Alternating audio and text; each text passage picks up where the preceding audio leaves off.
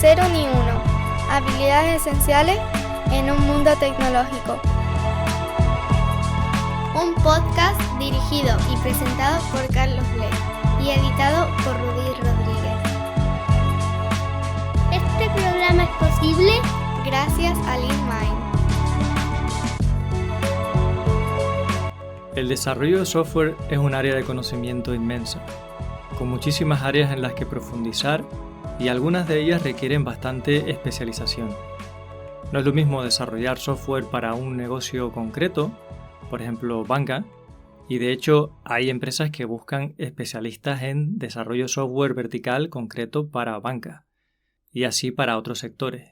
Pero luego también está el desarrollo de software para herramientas de desarrollo. Trabajar para que luego otras personas tengan mejores herramientas más avanzadas para todo tipo de propósito.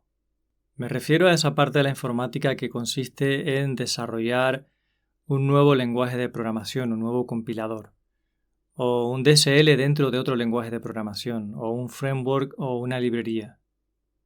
Me refiero a esa parte de la informática que innova en cuanto al rendimiento, a cómo sacarle el máximo partido a una máquina concreta, cómo hacer que el hardware funcione a su máximo potencial. En el sector solemos decir que cualquier persona que le ponga ganas puede dedicarse a la programación. Hasta cierto punto puede ser verdad, pero cuando hablamos de estas áreas de conocimiento, de ser por ejemplo capaces de crear una máquina virtual de Java, una JVM, que tenga un rendimiento mayor que OpenJDK, creo que no cualquier persona vale por la cantidad de conocimiento que tienes que acumular y lo mucho que te tiene que gustar darle vueltas al coco. La semana pasada estuve en DevBSN, un megacongreso en Hospitalet, con más de 1000 personas, y allí estaba el mostrador de Azul, una compañía que justamente hace una implementación de JVM con un rendimiento muy superior. Y tuve la suerte de que había algunas personas del equipo de ingeniería con un conocimiento técnico inmenso, y estuve preguntándoles qué hacían por allí y a qué se dedicaban. Les pregunté cómo es posible que consiguieran un rendimiento tan alto de las JVM que habían implementado y estuvimos hablando con un alto nivel de detalle técnico sobre, por ejemplo, su garbage collector, cómo hacían la recolección de basura. Me explicaban que lo hacían en paralelo aprovechando los múltiples cores que tiene una máquina.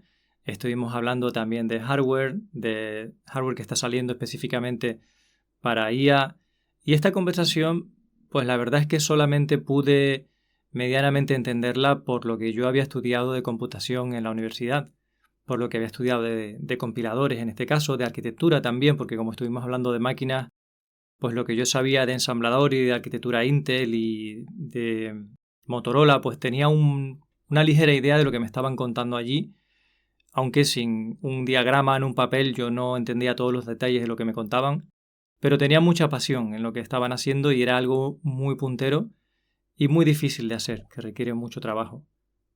De hecho, les pregunté si estaban allí buscando talento o qué, y lo que estaban allí con su mostrador era dando a conocer lo más posible su producto.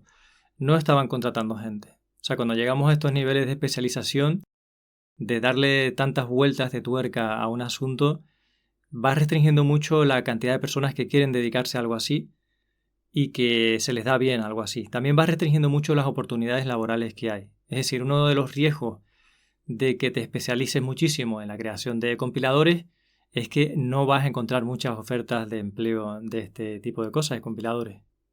Cuando yo estudiaba, hace que estuve en la universidad, era el único sitio donde podías adquirir este conocimiento, tanto de arquitectura de computadores como de compiladores, de la teoría de cómo está hecho un lenguaje formal. Y hoy en día sigue siendo un gran sitio en el que aprenderlo. Lo que sí es cierto que el conocimiento ya está en Internet. En realidad podrías aprenderlo junto con algunas personas que te hicieran un poco de mentoras, porque esos textos realmente son muy difíciles de leer, de entender y de asimilar. Hay mucha notación matemática y aunque tengas el conocimiento del libro o el manual, también te va a hacer falta alguien que te explique y te resuelva dudas. Por tanto, lo que yo pretendía que se viese un poquito en este episodio es que existen múltiples caminos dentro de la informática y que algunos de ellos, como es el desarrollo y la innovación en herramientas para developers, pues requieren un nivel de estudio muy muy grande. No creo que una persona que acaba de salir de un curso de programación de 3 meses pueda dedicarse a esto. Y una persona que haya hecho un ciclo formativo o incluso un grado en informática probablemente se le quede corto también y necesite seguir estudiando.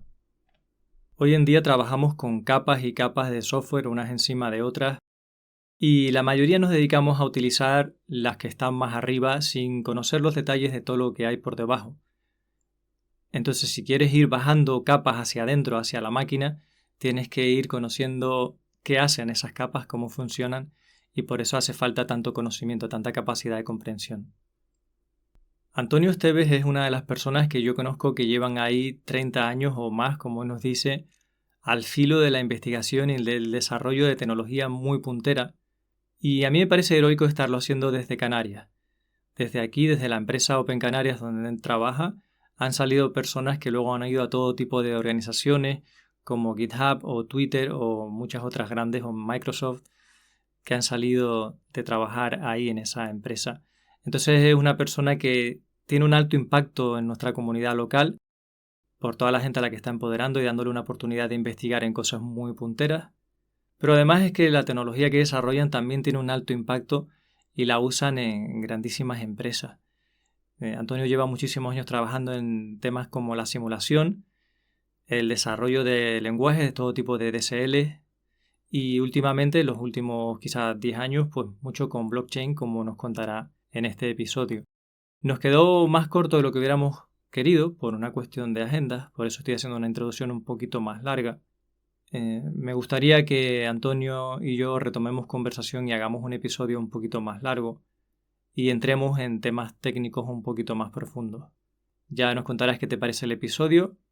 Te pido disculpas porque el sonido no tiene la calidad que suelen tener, porque también las condiciones del día en que quedamos fueron un poquito adversas. No siempre es posible cuadrar la agenda perfectamente con todo el mundo en las mejores condiciones posibles. Espero que disfrutes de esta conversación con Antonio y que esto te haga conocer nuevos horizontes, porque tal vez este tipo de cuestiones te interesan y te ves en el futuro aprendiendo y dedicándote a crear herramientas para otras personas sobre las que otras personas van a construir. Me hace mucha ilusión que estés en el podcast, Antonio, y sé que estás muy ocupado, así que muchísimas gracias por sacar este ratito. Nada, gracias a ti, Carlos. Tú sabes que para mí eres un referente en todo los temas que nos gustan también, que además coincidimos en muchos temas y colaborar contigo siempre me tiene a tu disposición. Pues muchísimas gracias, Antonio. Para mí es un honor. Yo te confieso que Open Canarias, la empresa en la que tú llevas tantos años trabajando, impulsando, era el sitio en el que yo quería trabajar antes de montar mi primera empresa.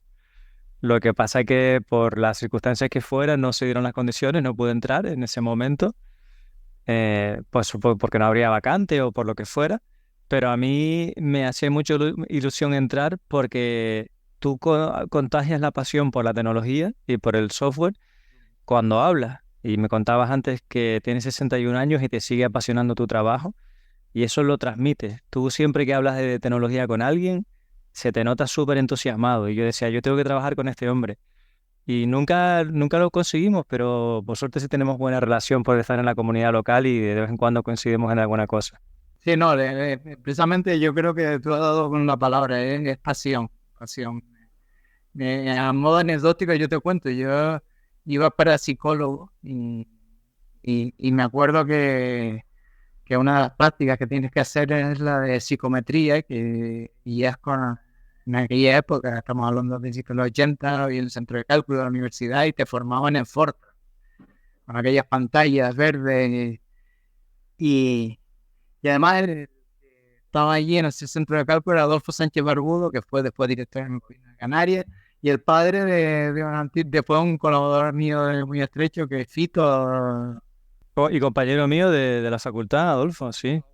No sabía que su padre había sido... Sí, y responsable de informática en Canarias. Entonces, él me acuerdo que me dijo, mira, para aprender aquí, en vez de ser Mario, empieza por el manual de la izquierda superior y acaba con la izquierda superior. Vamos, era una época donde aprendía, no existía una formación reglada de la informática, sino era con la experiencia de otros que habían trabajado, de hecho, gente que venía del mundo de las tarjetas perforadas. Empezamos con esos lenguajes como Fortran, COBOL, BASIC, pero ya después fue... ¿Esto qué año podía ser esto, Antonio? Estamos hablando del 82, 83, 84. Madre mía. Casi, de hecho, yo llegué a ver las máquinas de tarjetas perforadas y no llegué a trabajar con tarjetas perforadas, pero sí con los lenguajes que se usaban, como COBOL. Realmente fue, yo creo que no fue tanto sino la capacidad que nos daba de crear cosas en aquel momento. Es decir, yo veía la informática, cómo podíamos meter una función estadística en los datos que teníamos, incluso llegamos a esos 80 iniciales a montar modelos muy tempranos de inteligencia artificial basados en motores de inferencia. Y era una época donde se estaba creando este mundo, estaba apareciendo el IBM PC, estaba surgiendo ya el lenguaje en el 88 C++, y el primer compilador de C++, de Symantec, Moltor, un lenguaje orientado a objetos puros, y fue una época de explosión, además que estaba en la génesis de lo que después sería Internet también, pues estamos hablando de finales de los 80, hicimos las primeras conexiones a Internet de FTP desde la universidad, etc.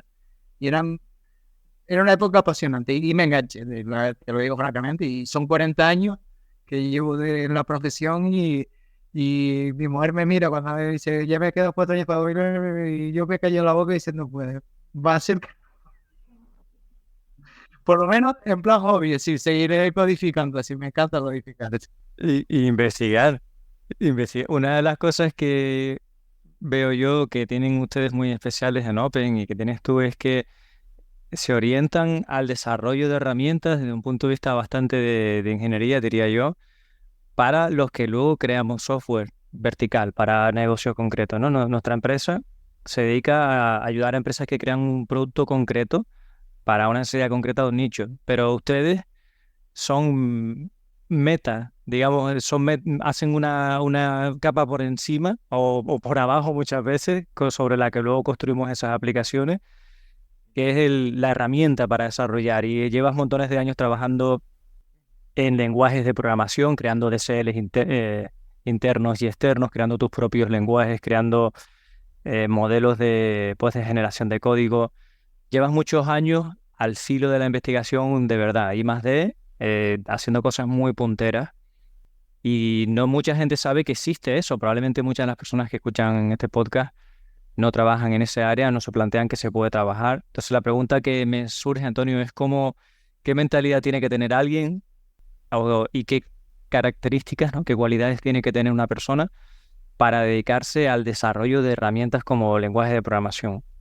Es una pregunta, pero bueno, sí creo que existe un perfil, es decir, al final de la investigación, y estos no son palabras mías, sino que me lo dio una persona a la que aprecio mucho, significa entrar en callejones hasta que encuentras uno que tiene salida. Al final de investigar es que estamos hablando de crear conocimiento. Si un conocimiento no existe, pero tienes que explorar esa labor exploratoria. Eso sí, partiendo de unas hipótesis, unos postulados iniciales, pero tienes esa labor de exploración hasta que llegas a resultados o no, o llegas a la conclusión que no tiene resultados y tienes que iniciar otro camino. Eso que para algunas personas puede resultar frustrante. Para mí es como, a mí me gustan también los deportes de riesgo, me gusta la aventura, entonces saber que hay una montaña más allá, que hay un reto más allá, que hay otro visto que no ganar, creo que me da vida. Y al final el investigador tiene esa vocación por crear conocimiento, por aportar conocimiento, y muchas veces va tanto que también lo tiene, así que al final quiere ganar dinero, ¿no? Entonces, tenemos que vivir de algo.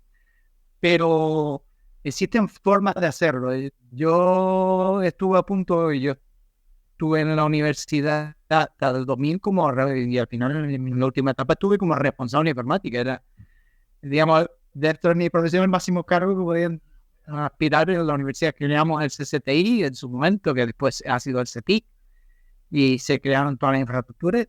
Por una situación de no estar de acuerdo con los responsables del gobierno, que no, bueno, un cargo de confianza, yo decidí pues pedir la excedencia y dejar el cargo. Y mis opciones eran básicamente, además, cuando tenía una cierta reputación profesional de irme y incluso estuve buscando pisos con Madrid a una gran entidad financiera como responsable de proyecto. Y la verdad, Carlos, que cuando me vi ahí, dije, este no es mi camino. Veía unos edificios, y además eran varios edificios donde estaba la sede de que ahora ya tiene una ciudad, no voy a decir el nombre, pero una ciudad financiera, pero en aquel momento tenía una serie de edificios que en el medio había una plaza que le llamaban la Plaza de Don Emilio. y claro, veía ahí que sí, que ganaba mucho dinero, era un jefe importante, pero era un administrativo, era un gestor además de factorías de software que estaban por todo el mundo, tienen 2 proyectos y qué va, no me veía en ese puesto. Y claro, yo en Canarias me llamó porque estaban buscando un responsable para lanzar un área de desarrollo. Open era una empresa que sube una spin-off de IBM y querían crear una línea de desarrollo. Y lo que me pedían es que le aconsejara a alguien. Y me postulé yo mismo. Y, mira, pero yo no te puedo pagar lo que te pagan.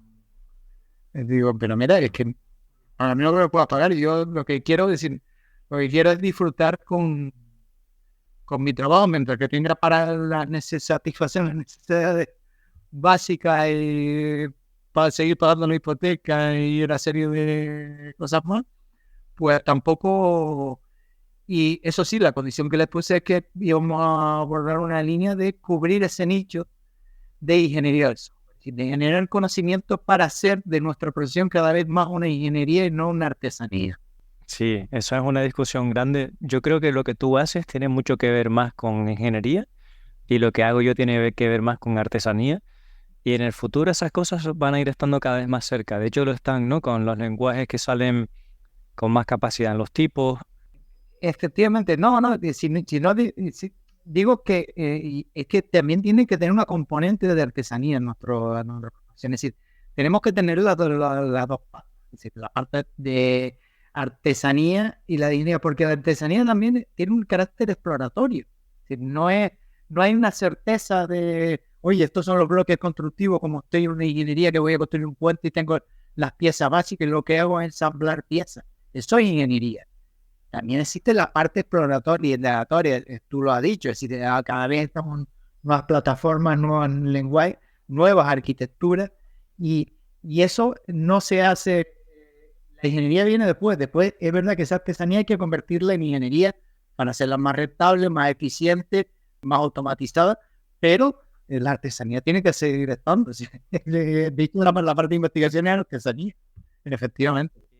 Sí, es verdad que según cómo se mire, tienes razón. Quizás uno de los factores que te estoy entendiendo, Antonio, es la tolerancia a la frustración y a que los resultados que tú estás buscando pueden tardar meses o años en llegar. Y eso no mucha gente está dispuesta a asumirlo, ¿no? Claro, es decir, aquí implica, y por eso determinados proyectos, es verdad que ahora ya existe una financiación que ayuda a ese tipo de proyectos de alto riesgo tecnológico, lo que son las líneas de investigación industrial, pero ni siquiera la investigación preliminar antes de la investigación industrial hay que hacerla, y esa la asumimos las empresas como Open desde cero, porque es analizar un estado del arte, ver si tus hipótesis son plausibles para después definir una memoria que describa un proyecto de investigación industrial que también solo te lleva un TRL tecnológico determinado, un nivel 6 o 7, después hay que llevarlo al mercado.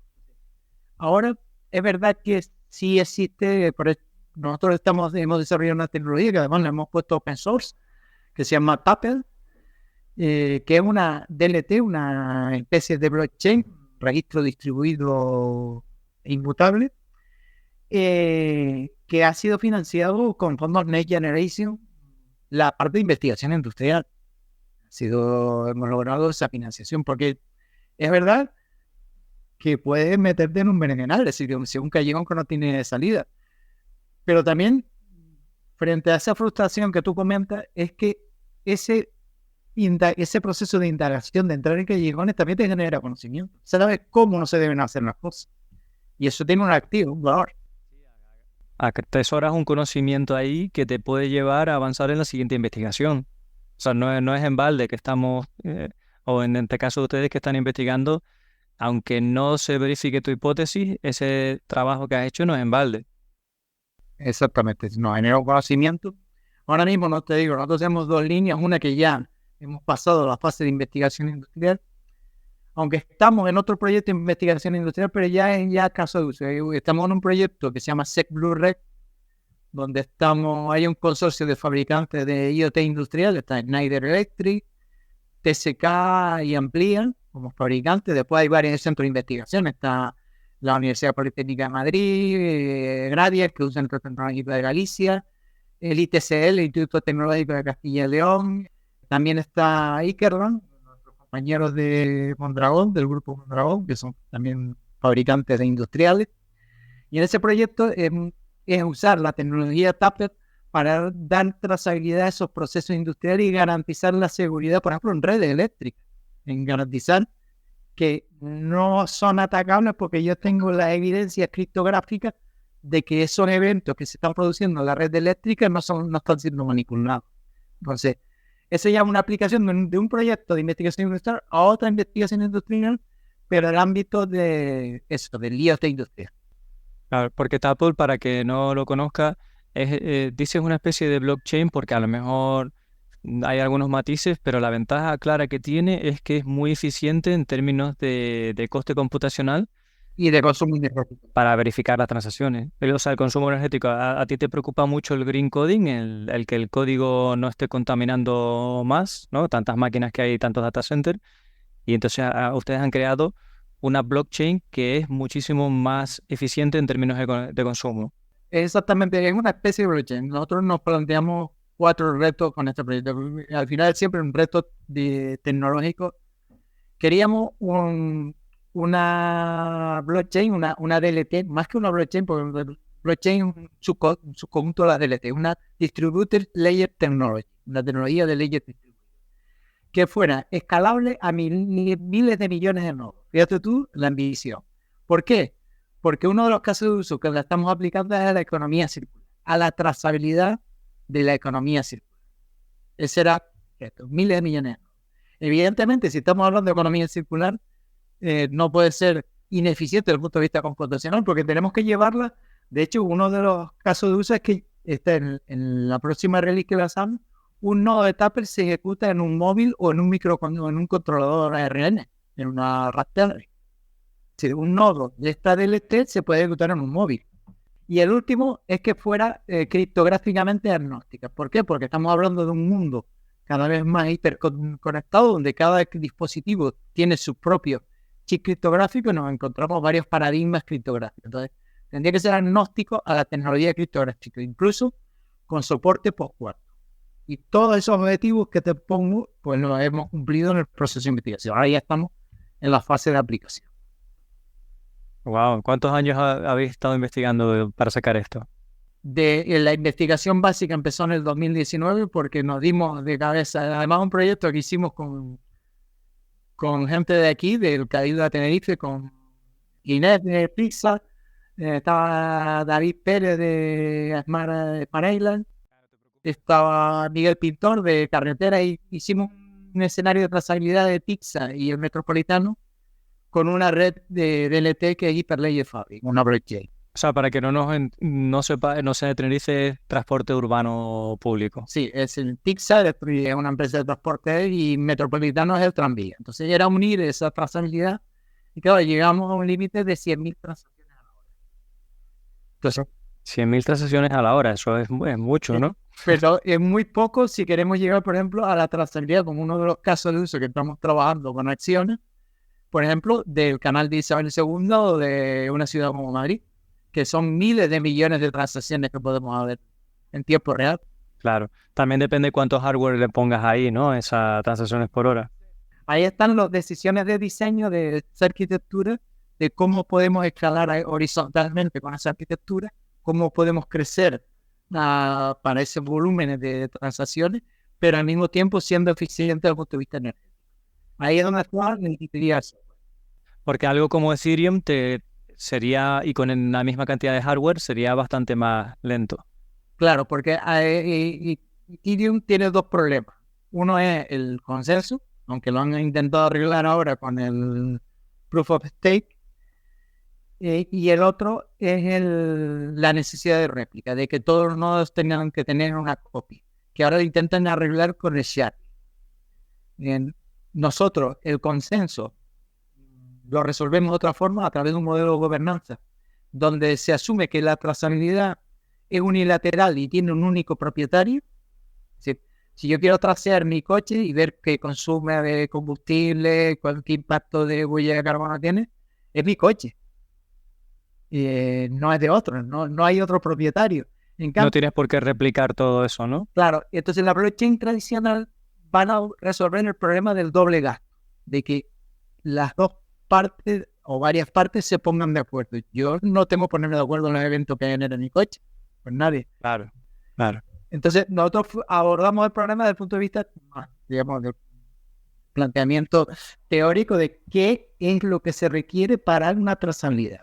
Y para esto, bueno, ha sido un avance relativamente rápido, ¿no? O sea, en 4 años, muy bien, ¿no? Para una cosa tan compleja. ¿Y con qué equipo de personas en Open me decías que tenéis un equipo que ha hecho eso, ¿no? Sí, hay ahora mismo 7 personas dedicadas al 100% a toda esta tecnología. La Tapper. 7 personas que han hecho probablemente un doctorado, ¿no? No. Bueno, ahora sí he incorporado un doctor de Murcia, sí es verdad que ahora hemos pillado a un doctor, pero son ingenieros salidos de nuestra universidad. Yo me he encargado de formarlo, estoy incentivando a algunos que hagan un doctorado, pero y muchos llevan 2 años que están de egresados, así que lo hemos formado en todas estas tecnologías, en DLT, muchos hicieron prácticas de alumnos aquí en Open, y lo hemos llevado a este mundillo de RAS y de la DLT y de la Web3 futura. Yo creo que hemos conseguido un equipo muy potente, son gente gracias a nuestras universidades que la gente se queda mucho pero sale mucho talento de aquí. Bueno, y tú lo sabes. Sí. Sí, yo cuando estaba terminando los estudios universitarios, era quizá era muy vehemente, incluso desagradecido con lo que había recibido porque no entendía el valor que tenía y mi necesidad en ese momento era ganar dinero y trabajar porque mi familia no me podía mantener estudiando, ¿no? De hecho, yo empecé a trabajar sin título porque no podía seguir ahí. Y me titulé mucho tiempo después, así pues yendo por mi cuenta, presentándome las asignaturas, ¿no? Yo creo que para trabajar desarrollando software, pues eso, para un dominio concreto, no necesitas ir a la universidad. Pero quizá yo sí entiendo que para dedicarte a la I+D en la ingeniería del software como hacen ustedes, yo no sería capaz de hacerlo, de intentar atreverme si yo no hubiera estudiado en la universidad temas como teoría de automataje y lenguajes formales, compiladores, teoría de grafos. Es decir, esas cosas a mí me abrieron la mente y me llevaron a un nivel de reto, de exigencia intelectual que no te lleva a un ciclo formativo. Eso está clarísimo, ¿no? Si vas a desarrollar un compilador o un lenguaje, alguien te tiene que haber contado la teoría de qué es la gramática de un lenguaje. Hombre, también es cierto que todo eso lo puedes aprender por tu cuenta haciendo cursos de universidades online, ¿no? Pero es una base muy importante, ¿no? ¿Tú cómo lo ves? ¿Tú qué recomiendas a alguien que se quiere dedicar a I+D como ustedes hacen?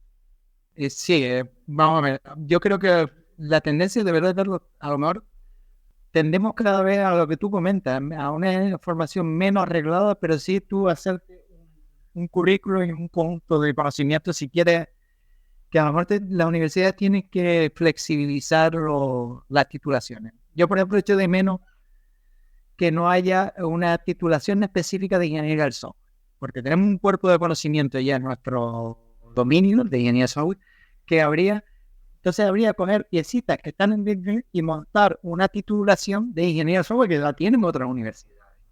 Porque a veces yo echo de menos que no se trate tanto sobre arquitectura, sobre patrones de software. Si patrones, tú lo sabes, es una herramienta de trabajo nuestra, porque no reinventan la rueda, todos vamos, es decir, antipatrones. qué cosas sabemos que están mal hechas y son recurrentes esos errores. Es decir, todo este tipo de cosas, la verdad que no se da en la universidad y yo lo he hecho falta y son amigos míos la mayoría de los profesores, por algunos los formé yo en su momento. Entonces, se lo he dicho y creo que la tendencia, si queremos pensar en un futuro y en un futuro para las nuevas generaciones, es que tenemos que tener unos títulos y unos contenidos más flexibles y que el alumno se construya su itinerario formativo en función a sus necesidades, sus expectativas, si quiere ir por investigación, si quiere ir al simple desarrollo, y ser más flexible, no tan esquemático. Pero esas cosas cuestan cambiarlo. Claro, ¿y cuál es tu entendimiento, Antonio? Porque en la ingeniería del software, cuando hablamos en el ámbito universitario, todavía veo mucho una ingeniería que intenta imitar a la construcción de un puente, ¿no? Un asunto waterfall donde te explican hacer documentos de análisis enormes que sabemos que en la mayoría de casos no sirven para nada. Yo creo que tu punto de vista de lo que es ingeniería del software y de las asignaturas que habría que tener o los conocimientos son diferentes, ¿no? ¿Cuáles tipos de cosas son para ti importantes ahí? Fíjate, yo daba en un experto universitario, un posgrado que se daba en la universidad, daba últimas tendencias en ingeniería del software. Era la asignatura que impartía yo. Estamos hablando de hace ya más de 15 años que impartía esa asignatura. Y curiosamente no hemos avanzado. Es decir, como te dije yo, aquí tenemos que tener una hibridación desde ese enfoque artesanal con el enfoque industrial. ¿Por qué? Porque el industrial es el que, a partir de unos bloques constructivos, yo los ensamblo y creo lo que llamamos en ingeniería del software product line, línea de productos, donde tendré componentes comunes para una línea de productos, como son cuando fabrico coches, el faro, el motor, etc. Tendré componentes variables para decir que un componente pueda, oye, la pintura del coche puede tener una variabilidad que doy al sistema, con el software lo mismo. Y después componentes específicos. Entonces, componentes específicos es que de los bloques constructivos que tengo, no tengo una necesidad específica. Y esa se construye de forma artesanal. Hay que hacerla de cero. Que a lo mejor después me sirve eso que hay que trabajar para otros proyectos. Entonces, lo que tenemos que aportar es un modelo donde se favorezca esa reutilización. Es decir, no reinventar la rueda cada vez. Y eso requiere combinar ingeniería de software con artesanía del software. En un modelo industrial más pragmático. Es decir, que pensemos que el software nunca va a ser exactamente lo que necesita la necesidad de cada cliente, pero sí es verdad que cada cliente tendrá necesidades comunes con otros clientes. Eso no escribirlo desde cero, from scratch. Claro, para ti la clave es la automatización y no perder tiempo en lo que ya sabemos hacer, sino dedicarle el tiempo al siguiente nivel, a la siguiente frontera. Exactamente. Porque es que cada día tenemos nuevas fronteras, y estamos hablando ahora ya de interacciones, nuevos modelos de interacción, metaverso, la Web3, estamos hablando ya de otras arquitecturas, otros escenarios, y no va a ser reinventar la rueda, habrá piezas de lo anterior que son válidas, pero tenemos que construir otras nuevas e inventarlas. Esa hibridación yo creo que es donde está el valor. Y hablando de últimas tendencias y tecnología y fronteras, ¿de qué manera estáis usando la inteligencia artificial? Bueno, yo lo uso el día a día, porque la verdad que te soy sincero, tendría a procrastinar con la documentación toda con los test. Y fíjate tú que yo he asistido a cursos tuyos sobre el testing y son esenciales. Y la verdad que Copilot me ayuda, está basado en GPT-4. Bueno, me ayuda a cierta medida. Es verdad que muchos test, muchas documentación hay que retocarla después para ver si te cuenta disparate. Yo creo que es una tendencia a valorar, pero tampoco el hype que le están dando, yo no lo veo muy, muy exagerado. Sí, es útil, pero tengamos en cuenta de dónde viene. Es basado en procesamiento de lenguaje. Y por ejemplo, hablando de software, uno de los principios que tenemos en ingeniería del software, que a partir del código no se puede inferir la intención. Puede inferir determinados patrones, pero la intención del programador, y sobre todo en un modelo deep learning, donde no asistido, creo que esas alucinaciones van a ser así. Sí, entonces, creo que debe haber otras aproximaciones o combinaciones de aproximaciones a la inteligencia artificial que ayuden. Pero estamos en una... Quizá ahora mismo, desde el punto de vista del futuro, donde yo veo, aunque también hay mucho hype, es la computación cuántica. Hay avances sustanciales. Recientemente IBM ha dado con una aproximación para la mitigación de errores, no corrección de errores, en la computación cuántica. Y, porque tampoco es la panacea, si la computación cuántica va a resolver determinados problemas que la computación tradicional son NP. Es decir, son duros, exacto. Que tardarían cientos de años y esto se va a resolver en horas. Pero la computación tradicional va a seguir existiendo, así que no... Pero es verdad que hay mucho. Yo, por ejemplo, trabajo con un cliente, tenemos la suerte de tener un cliente muy bueno en Palo Alto, de una empresa que salió de Alphabet, que está intentando, por ejemplo, replicar un modelo de cuerpo humano para probar medicinas, por ejemplo, ¿sabes? Cosas así que con la capacidad cuántica, pues podrías tener resultados en menos tiempo, que son muy interesantes. Claro, sí, porque al final ahí está el efecto de la superposición. Y que es el problema que tenemos también en criptografía, que también estamos trabajando en criptografía post-quantum. En este proyecto de seguridad industrial estamos ya estamos usando los algoritmos quantum. Quantum, no los que hay, porque muchos son open source. Nosotros estamos trabajando con este cliente en cosas que son open source totalmente. Sí, de hecho son los aprobados por el NIST. Está Crystal de litio, como los cristales de las naves de Star Trek. Ah, sí. Y después, el cristal de litio 1, y después los cristales de Kyber, que son los que usan las espadas láser, que se usa para... Qué fricazo, ¿no? En el mundo de la computación y de la investigación también somos muchos frikis. Qué bueno, eso no lo sabía. A lo mejor es una de las librerías que estamos usando, a lo mejor es eso. Probablemente no lo utilizan porque usa la TIS, los enrejados, la aproximación matemática de los enrejados de matrices multidimensionales. Y hay dos variantes. Bueno, hay otro que es Falcon, que también utiliza esas matrices, pero tanto de litio para la generación de firmas como Kyber, que es para el intercambio de secretos, lo que es el disco y alma, pues son cristales de eso, las espadas láser y las tablas de Star Trek. Qué gracioso. Pues, y para ir cerrando un poco, Antonio, porque en este episodio ha sido un poco atropellado por mi lado y se nos ha quedado menos tiempo.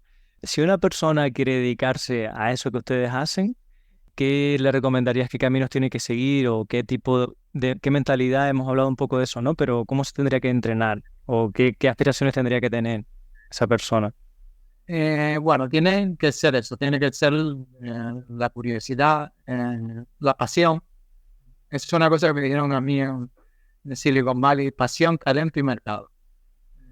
Es decir, porque si tienes pasión y talento, pero no tienes mercado, tienes un hobby. Cantarte a hacer barco de palillo, puedes hacer hasta el Titanic, pero no te ganas la vida con él. Si tienes pasión, tienes mercado y no tienes talento, eres un fan. Te puede gustar la música, pero si no sabes tocar 4 notas seguidas, pues tampoco te va a ganar la vida con eso. Y después, si tienes mercado y tienes talento, pero no tienes pasión, pues búscate un trabajo, no sé, en el sector público o algo así, que sea...